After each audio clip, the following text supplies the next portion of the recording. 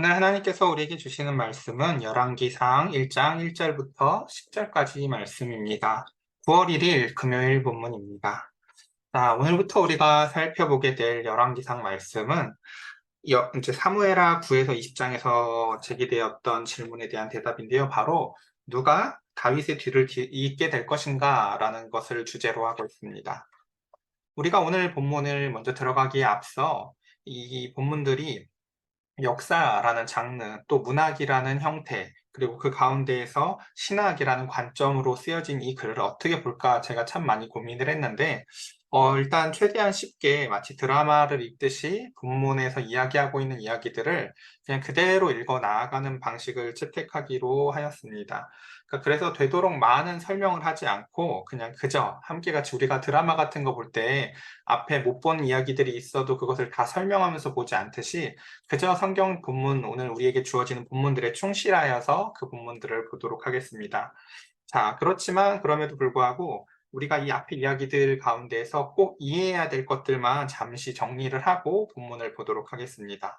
자, 먼저 지금 우리는 이제 다윗 왕 이후에 누가 왕이 될 것인가에 대한 이야기를 살펴보겠지만 애초에 하나님은 인간을 왕으로 세우는 것에 대해서 반대하셨습니다.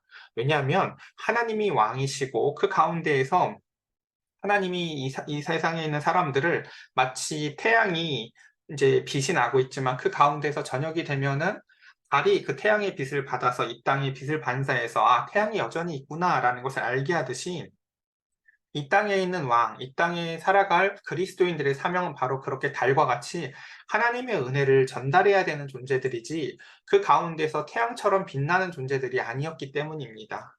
자, 그럼에도 불구하고 하나님은 인격적이신 분이셔서 이스라엘 백성들의 끊임없는 그 이방 나라들을 보고 와서는 자, 우리도 저렇게 왕이 있었으면 좋겠다. 조르자 하나님은 그것을 허용해 주심으로 말미암아 이스라엘 안에서도 그 신정국가 안에 그러니까 신정국가 안에 왕정국가라는 독특한 형태로서 이스라엘은 이제 존재하게 되었습니다. 그리하여서 이스라엘은 다른 이방 국가들과는 다르게 하나님의 선택에 의해서 왕이 세워졌고, 그리고 그 하나님의 선택을 공증해주는 선지자에 의해서 그 왕이 세워지는 나라들로서 초대 왕인 사울, 그 다음 이제 다윗이라는 가장 역사상 위대하고 하나님이랑 가까웠고, 그 가운데서 많은 재능을 가졌고, 하나님의 마음에 합하였던 다윗이라는 왕의 이야기를 살펴보았었습니다. 자, 그럼에도 불구하고 다윗이라는 사람이 왕으로서 왕위를 행사하는 데 있어서는 많은 부족함이 있었습니다. 그것은 다윗이 부족한 사람이라서가 아니라 아까 애초에 말씀드렸듯이 왕이라는 옷이 사람에게 원래 맞지 않는 옷이었기 때문에 그렇습니다. 마치 제가 딸을 키우고 있는데 제 딸이 엄마 신발이 이쁘다고 막 어떻게든 억지로 신어보겠다고 얘기를 해서 억지로 우겨서 신고 밖에 나갔다고 우리가 생각을 해보자고요.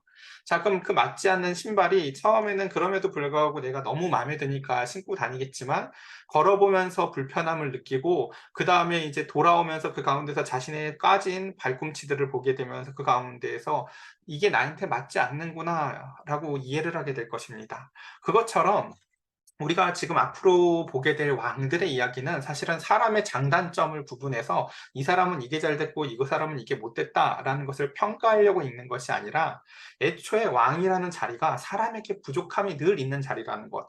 그래서 성경 역사상 가장 위대했던 인간이 갖고 있는 한계 가운데서 가장 그래도 하나님의 마음에 근접했었던 다윗조차도 이런 연약함이 있다라는 것을 우리가 보게 될 것입니다. 그래서 오늘 우리는 이제 그 다윗의 연약한 말년의 이야기들, 그리고 이제 노년의 이야기들을 살펴보게 될 것이고, 그 가운데에서 이제는 그 다윗을 이어서 이 뒤에 이제 누가 왕이 될 것인가라는 이야기들을 이제 한번 보려고 합니다. 먼저 이제 그 다윗이라는 사람의 이야기를 조금 살펴보면 그렇습니다. 다윗은 이 누가 다윗을 이을 왕이 될 것인가라는 주제로서 살펴보았을 때, 먼저 그 압살롬이라는 그 다윗의 아들이 이제 왕이 되려고 다윗한테 이제 덤벼들었다가 실패하는 이야기가 한번 등장을 하고요. 그 뒤에 또 보면 베냐민 사람 세바라는 사람이 그 베냐민 지파, 그제 사울의 지파였죠. 그를 위해서 반란을 주도했지만 그럼에도 불구하고 그 다윗의 그 신하인 요압에 의해서 결국은 제압되고 맙니다. 이 다윗이라는 사람이 그러니까 하나님의 그 나라 가운데서 얼마나 위대한 왕이었냐면요. 다윗의 통치 기간이 약 40년 정도 되는데 다윗은 오랫동안 그 이스라엘의 숙적이었던 모압, 에돔, 암몬, 아람, 심지어 블레셋과 같은 오래된 적들을 다 제압해서 통일 왕국을 이룬 아주 훌륭한 왕이었습니다. 그리고 효과적으로 그래서 그는 그 나라의 그 국경도 확장을 했고 국보도 살찌웠습니다. 그래서 다윗은 그리고 굉장히 작았었던 그 예루살렘은 우리한테나 지금 유명하지 그 당시에는 인구가 약 3천 명도 되지 않는 작은 성읍이었던 그 예루살렘을 다윗은 이제 국가와 정치와 종교의 중심지로 바꿔버린 위대한 왕이었습니다. 그리고 하나님으로부터 다윗의 왕국이 영원할 거라는 약속도 받았고요. 그 가운데서 또한 자신의 자녀인 그 솔로몬이 나중에 성전을 건축할 때 사용할 재료를 모으는 것까지도 허용을 받습니다. 다윗은 그렇게 자신이 처음에 아무것도 없던 자리에서 이 이후에 다윗이 물러날 때 보면 다윗은 자신이 처음 받았을 때보다 훨씬 좋은 나라를 만들었습니다. 그럼에도 불구하고 다윗에겐 여전히 한계가 있었습니다. 이게 이제 아까도 말씀드렸듯이 왜냐하면 왕이라는 옷은 사람한테 다 맞는 옷이 아니기 때문에 그렇다고 말씀을 드렸어요.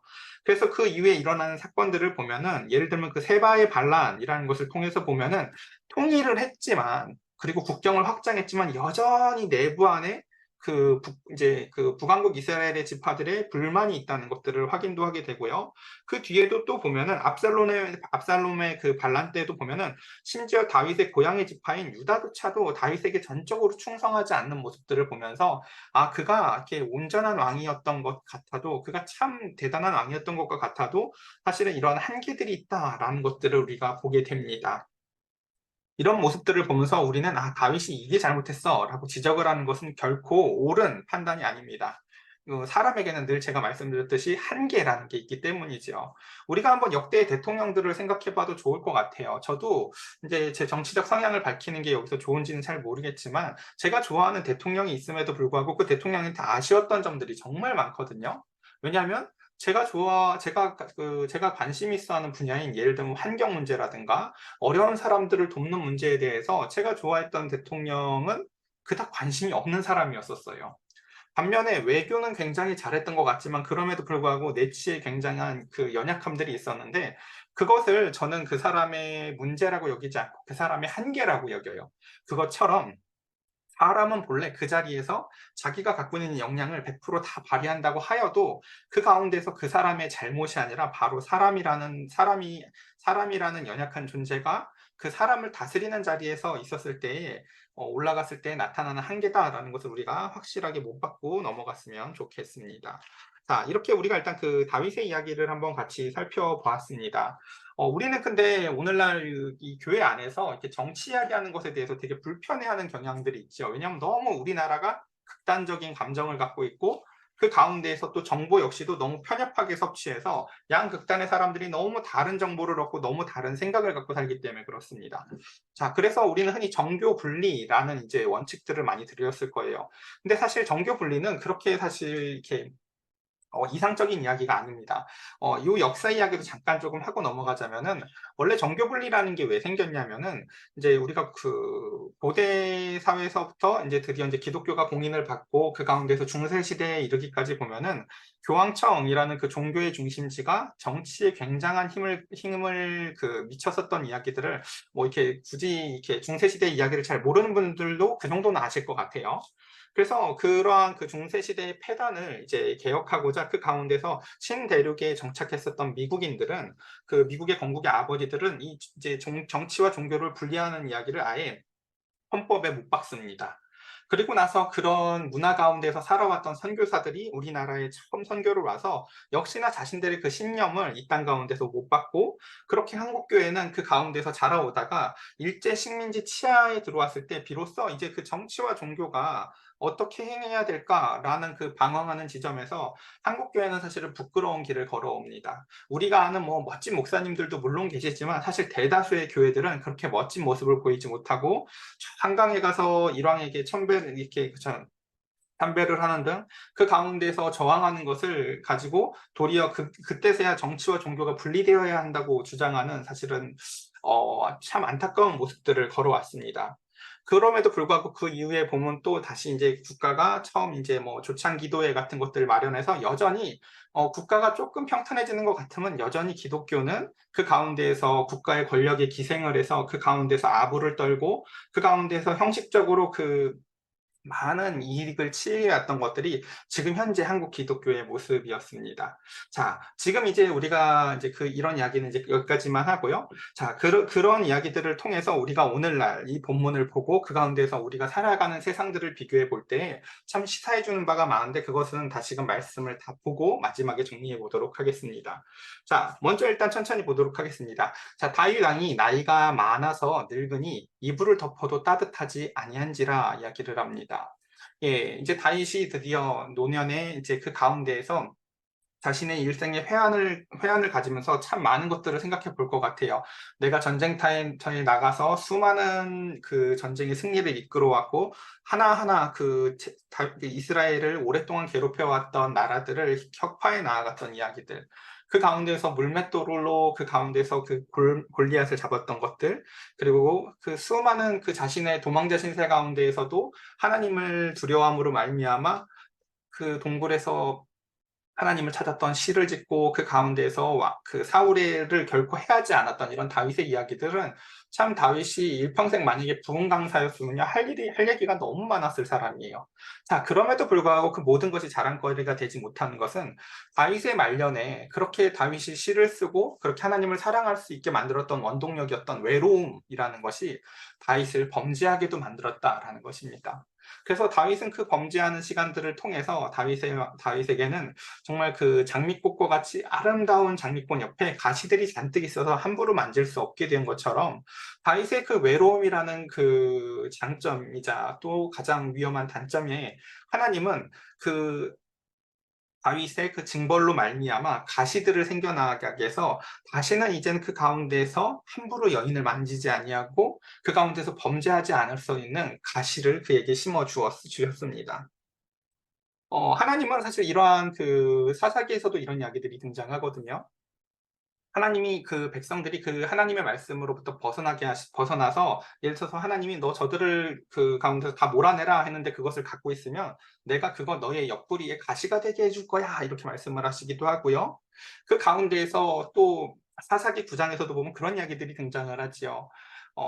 이제 그 사사 시대 때 막 이제 왕권을 만들려고 할 때예요. 이제 막 왕은 서로 이제 왕을 하겠다고 하는 사람이 없는 가운데에서 포도나무한테도 가보고 감람나무한테도 가보고 무화과 나무한테도 가보지만 정말 훌륭한 사람들은 그 왕위를 고사합니다. 나는 지금 내가 있는 사명이 귀하기 때문에 내가 이것으로 말미암아 만족하고 그것이 더 귀하다고 여기지만 아무 열매도 맺지 못하는 가시나무가 스스로 자기가 그 모든 것들을 자처하고 즐기는 것들을 보면서 인간이라는 존재가 사실 현명한 존재는 사실은 그 자리를 고사할 줄 알고 그 가운데에서 무지한 존재는 그 자리를 탐내는 모습들을 우리가 또 보기도 합니다. 오늘 그 이야기를 한번 천천히 보려고 합니다. 오늘 이제 다윗이 그 가운데서 늙어갖고 이제 그 가운데서 노쇠하여서 혈액순환이 잘 되지 않아서 몸이 춥다고 합니다.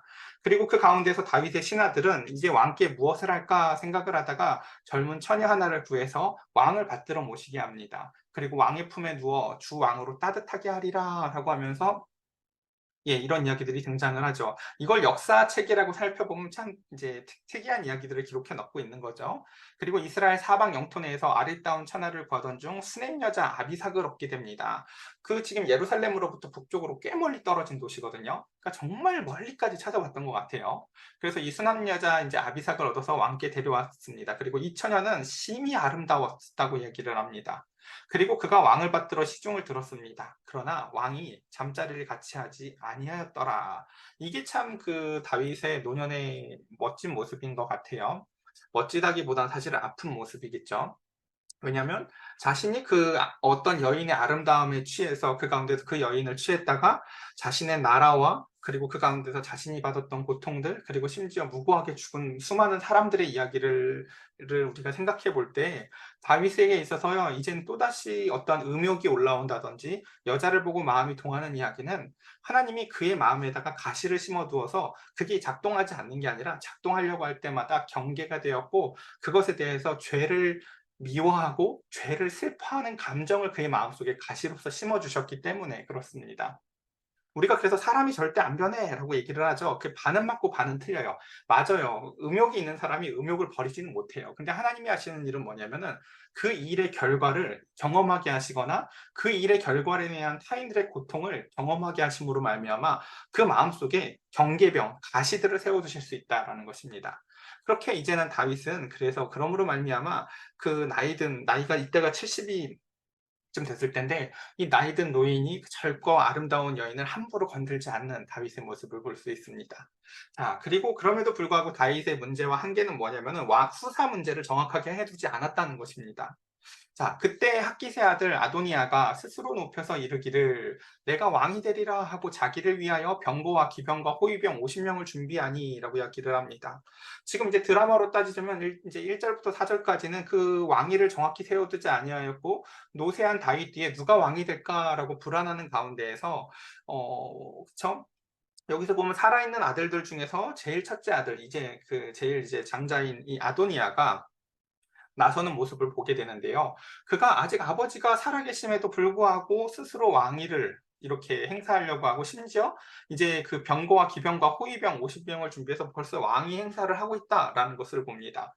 아까 우리가 이제 왕에 대해서 설명을 했죠. 이스라엘은 하나님께서 왕을 선택하고 선지자가 그것을 다시금 공증해 주는 형태를 가졌다고요. 근데 그 이스라엘의 전통을 무시하고 지금 아도니아는 당연히 이거 내가 이스라엘의 왕이 될 거 아니야? 라고 하는 형태를 볼 수가 있습니다. 이게 참 답답한 노릇이지요. 왜냐하면 이스라엘의 왕은 다른 나라의 왕들이랑 완전히 다른 존재예요. 왜냐하면 그 이스라엘의 왕의 사명이 여러분 뭔지 아십니까? 이스라엘의 왕의 사명은 두 가지인데 첫 번째는 블레셋과 같은 저런 대적들과 제일 먼저 나아가서 대적하는 것이고요. 그러니까 궁극적으로는 죄랑 대적하는 거예요. 그리고 두 번째는 이게 더 중요한데 인애와 공의와 의를 행하는 게 사실 왕의 사명이에요. 이게 왕의 사명인데 지금 이 아도니아는 그런 사명들을 알지도 못해요. 그냥 그 가운데서 왕이 행사하는 권력계만 심취해서 그 가운데서 이런 것을 탐하고 그것을 벌써 이렇게 누리려고 합니다. 그래서 6절에 보면은 이러한 그 아도니아의 이야기를 이렇게 설명합니다.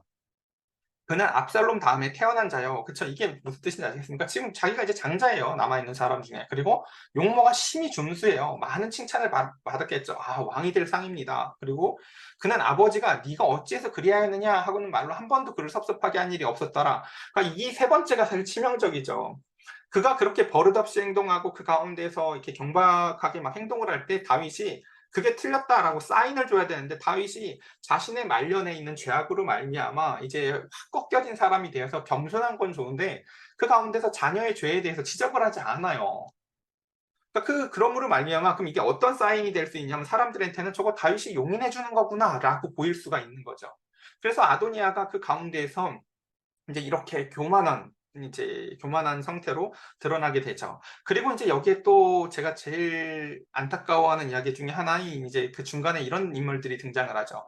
아도니아가 수르야의 아들 요압과 제사장 아비아달과 모이하니 그들이 따르더라라고 얘기를 하죠. 우리가 이 앞에 이야기를 다 살펴볼 수 없지만 요압이 어떤 사람이었는지 다윗에게 얼마나 중요한 사람이었고 하지만 그럼에도 불구하고 또 완전한 다윗의 사람은 아니었다라는 것. 그러니까 이 겉으로 보기에는 굉장히 이렇게 다윗의 사람처럼 보였지만 가장 미세한 부분에 보면 자기의 이익을 쫓는 사람이에요. 사실은요. 그러니까 사람이 목적인 것처럼 보이지만 사실은 사람을 수단으로 사용하는 사람. 이 정말 무서운 사람이거든요. 그러니까 여태까지 요압이 다윗과 동거할 수 있었던 것은 서로가 서로에 대한 사랑이 아니라 서로가 서로에 대한 인애가 아니라 사실은 나한테 제일 이득이 되는 사람이었기 때문이요. 근데 그 요압이 이제 계산이 떨어졌어요. 아, 다윗은 이제 건강이 저렇게 되었으니 그 다음 누가 왕이 될 상인가? 아, 아도니아가 가장 권력력이 있군. 이라고 하며 거기에 줄을 서는 거죠. 우리는 이렇게 사람이 수단이 아니라 사실은 하나님께서 사람은 목적으로 만드셨어요. 그저 사랑하는 거지 이 사람을 통해서 무엇을 하는 것은 사실은 이게 굉장히 악한 것인데 이렇게 요압 그리고 아비아달 이야기를 통해서 우리는 우리 정치사에서도 이런 이야기들을 많이 보지요. 아, 일단 그 얘기는 제일 마지막에 하고요. 그 다음 이제 뒤에 또 넘어가고 정리를 해보도록 하겠습니다. 어찌되었든 그 가운데서 이제 권력이 이런 식으로 나눠지는 것을 보며 이제 다윗의 역할이 필요하게 되는 거죠, 점점. 그리고 제사장 사독과 여호야다의 아들 분하냐와 선지자 나단과 시므이와 레이와 다윗의 그 친위대들, 용사들과 그 이들은 아도니아와 같이 하지 아니하였더라라고 하면서 이제 분열되는 모습을 볼 수가 있죠. 그러자 이제 아도니아가 스스로 대관식을 해요. 아도니아가 에노로겔 근방 소엘레 바위 곁에서 양, 소, 살찐 송아지를 잡고 왕자, 곧 자기의 모든 동생들과 왕의 신하가 된 유다의 모든 사람들을 청해서 이런 짓을 벌이는 거죠. 이게 얼마나 황망합니까? 이미 왕이 계시고 지금 다윗이라는 아빠 왕이 있고 그 가운데서 그로부터 어떠한 권력 이양을 받지도 허락받지도 않았는데도 불구하고 그는 스스로가 권력을 참칭하는 모습을 봅니다.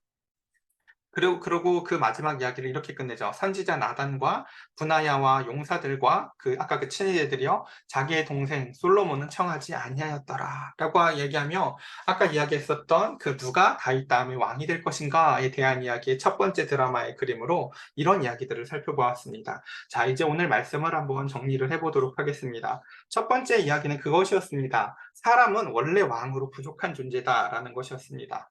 하나님만이 이 모든 사람들을 품고 그 가운데서 가장 깊고 넓은 지혜로 사랑으로 그들을 대하시고 다스리실 수 있습니다. 물론 이 세상을 하나님이 지금도 통치하고 다스리시고 계시고 그 하나님의 마음을 대신 함께 같이 갖고 하나님의 통치권을 나누어서 그 가운데서 사랑으로 이 세상을 사랑으로 다스릴 사람들을 하나님은 찾고 계십니다. 자, 그런데 오늘 본문은 바로 그 세 가지 그림이 오늘 이제 본문에는 세 가지 등장인물들이 나오는데요. 첫 번째는 그 무책임한 다윗의 모습입니다. 물론 다윗이 훌륭한 일이 많았지만 그럼에도 불구하고 말년의 그 노년의 다윗의 모습은 굉장히 무책임합니다. 그리고 그 가운데에서 자신의 그 눈먼 무지한 그 아도니아라는 인간의 그 착각 속에 빠진 모습입니다. 우리 세 가지를 한번 그려보세요. 첫 번째, 무책임한 다윗의 모습. 아직 노년에 그 후사를 정해놓지 않고 하나님의 말씀대로 온전히 행하지 않으며 자녀를 훈육하지도 않는 그 무책임한 다윗. 그리고 그 가운데에서 스스로 나야 라고 하며 권력욕에 빠져있는 착각 속에 있는 무지한 아도니아. 그리고 마지막으로 그 사이에서 요압과 아비아달과 같은 그 탐욕에 쩌들어서 그 가운데서 간신과 같이 왔다 갔다 하는 사람들. 자, 이 세 가지가 어우러져서 지금 이 하나님의 나라인 신정국가지만 그 가운데에서 왕정의 형태를 띠고 있는 이 이스라엘의 위기가 바로 이렇게 초래되어져 있습니다. 참 이 모습이 저는 우리가 살고 있는 사회랑 굉장히 유사한 것 같아요. 아무리 뭐 대통령이란 자리에 있는 어떤 훌륭한 사람이라 할지라도 부족한 면들이 있어서 욕할 만한 지점들이 다 있을 수밖에 없죠. 그럼에도 불구하고 무책임한 그 안타까운 사람들, 안타까운 어떠한 그 권력자들, 그리고 그 가운데에서 내가 하면 훨씬 더 잘할 거야 라고 착각을 해서 그 권력을 탐하고 권력을 누리는 사람, 그리고 그 모든 것들 사이에서 수많은 어디가 지금 더 힘이 있겠구나, 어디가 그 다음 내가 이 권력을 유지하고 이어나가는데 더 좋겠구나라고 하면서 눈치만 보면서 그 가운데서 권력을 탐하는 요압과 아비아달과 같은 수많은 정치인들의 이야기들을 우리가 살펴보면은 오늘 열왕기상에서 이야기하는 지금 이 본문이나 우리가 살아가고 있는 세상의 이야기나 굉장히 유사한 것 같습니다. 이럴 때 하나님은 하나님의 마음을 대신해서 이 땅에 왕으로서 이 백성들을 대하고 섬기고 사랑할 사람을 찾아 나아가실 것입니다. 그렇게 하나님은 양을 돌보고 사랑으로 돌보았던 모세를 불렀었고 또 그렇게 양치기였었던 막내 아들 여덟째 다윗을 부르셨습니다. 그렇게 오늘날 이 시대에도 마찬가지로 저와 여러분들이 있는 자리가 양이나 돌보고 그 가운데서 비루한 자리처럼 보인다 할지라도 하나님은 그 가운데에서 이 세상을 하나님의 마음으로 통치하고 다스리고 사랑할 사람을 지금도 찾고 계십니다. 오늘 본문 이야기 첫 번째 1장 이야기를 이렇게 살펴봤는데 앞으로 여러분들에게 이 열왕기상을 함께 같이 읽어나가는 이 여행이 성경 말씀 여행이 참 즐거웠으면 좋겠고 그 가운데서 우리가 살아가는 세상에 너무 이제 내 자신이 여태까지 좀 잘못 생각해왔던 또 혹은 사람에게 과도하게 기대했던 부분들이 있다면 좀 덜어졌으면 좋겠고요. 또한 이렇게 저런 아까 등장했던 요압과 같은 사람을 구별하고 볼 줄 아는 우리에게 지혜도 좀 생겨났으면 좋겠습니다. 이런 좋은 사람이었다가 나쁜 사람이었다가 하는 사람들이 사실은 있는 것이 아니라요. 그 사람들은 자기 이익에 따라 움직였는데 그것이 나랑 맞을 때는 좋았던 것 같고 나랑 안 맞을 때는 나쁜 것처럼 보일 뿐이지요. 사람은 사실은 되게 많은 많은 사람들은 다 이렇게 자기의 이익에 따라 움직입니다. 저와 여러분들에게 있어서는 우리가 이런 사람이 되지 말자가 아니라 자기의 이익이 변했으면 좋겠습니다. 우리는 하나님의 이익에 따라서 하나님의 나라와 영광과 소망에 따라서 그리고 가장 귀한 것이 무엇인 줄 아는 저와 여러분들이 되셨으면 좋겠습니다. 그리고 마지막 세 번째로 오늘 본문의 마지막에 정리를 보면서 소망이 그럼에도 있는 것은 하나님이 이 모든 것 가운데에서 통치하고 다스리시고 있으며 하나님은 여전히 또 하나님의 마음을 이어서 나아갈 사람들을 찾고 계시다는 것입니다. 저와 여러분들 오늘 이 말씀 여행 함께 같이 쭉 앞으로 열왕기 이상 이 말씀을 같이 묵상하는 이 여행을 함께 같이 쭉 계속 이어갔으면 좋겠습니다. 제가 기도하겠습니다. 하나님, 우리 사랑하는 성도들과 함께 같이 이제 이 열왕기상 이야기들을 함께 같이 살펴보려고 합니다. 꽃이 저무는 것과 같이 이제 다윗의 인생이 저물고 그 가운데서 혼돈스러운 이 가운데에도 하나님은 여전히 나는 아브라함의 하나님, 이삭의 하나님, 야곱의 하나님이신 그 하나님이시니 여전히 이 땅 가운데서 하나님의 백성들을 찾아 나가고 계실 것임을 믿습니다. 주님, 오늘 이 시간에도 저 시대의 말씀들을 성경을 통해서 읽지만 우리가 살아가는 이 시대에 하나님이 찾는 사람이 어떠한 사람일지 우리에게 통찰력을 주시고 마음의 지혜를 더하시고 무엇보다도 참된 하나님의 사랑을 가지고 살아갈 수 있는 실력을 더하여 주시옵소서. 우리의 구주 되신 예수 그리스도의 이름으로 기도드렸사옵나이다. 아멘.